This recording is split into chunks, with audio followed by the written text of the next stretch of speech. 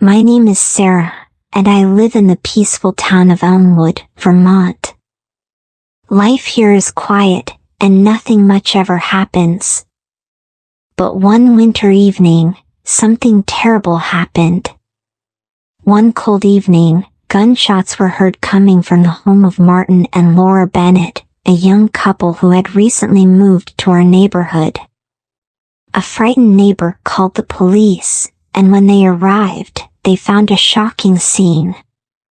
Inside the house, Martin Bennett, 31 years old, was lying on the floor, lifeless. He had been shot in the head and was already dead. His wife, Laura, 29, was also found on the floor nearby.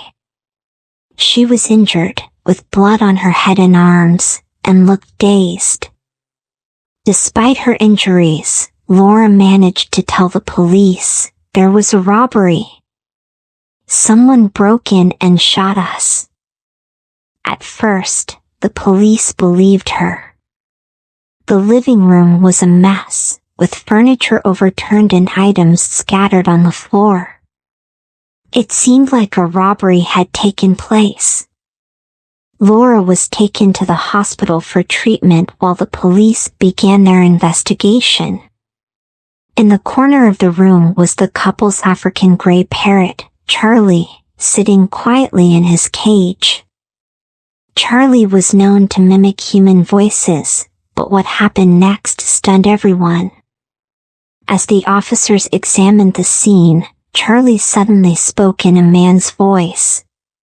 He repeated, "Don't shoot. Please, don't shoot," over and over again. The police were taken aback. Could this parrot be repeating Martin's last words? It was chilling to think about. As the investigation continued, the police began to notice things that didn't make sense. For example, there were no signs of forced entry, and valuable items like jewelry and electronics were still in the house. It started to look like the robbery might have been staged. The police then started looking into Martin and Laura's relationship, and what they found was troubling.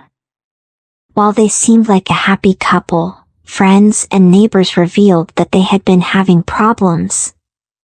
Martin had recently discovered that Laura was having an affair with another man. The couple had been arguing frequently, and their relationship was strained.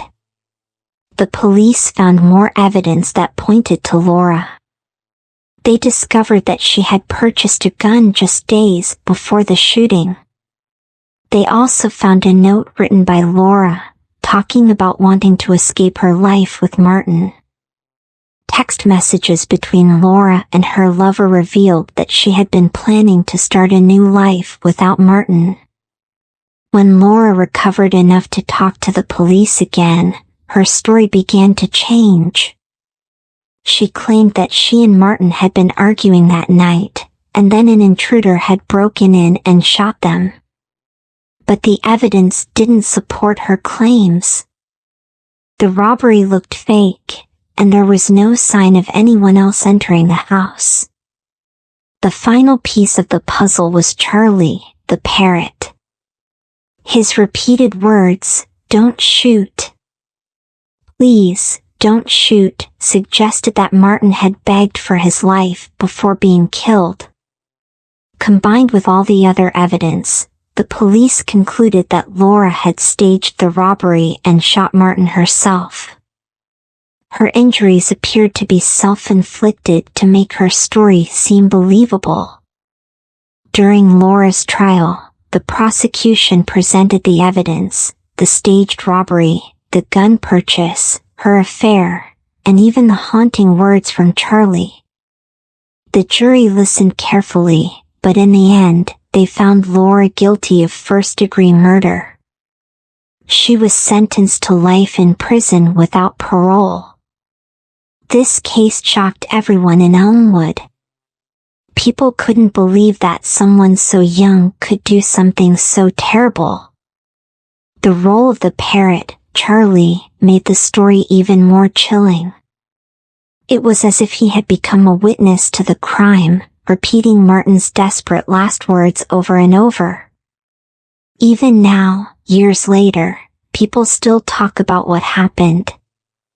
It's a sad and unforgettable reminder that even in the quietest of towns, the darkest secrets can come to light.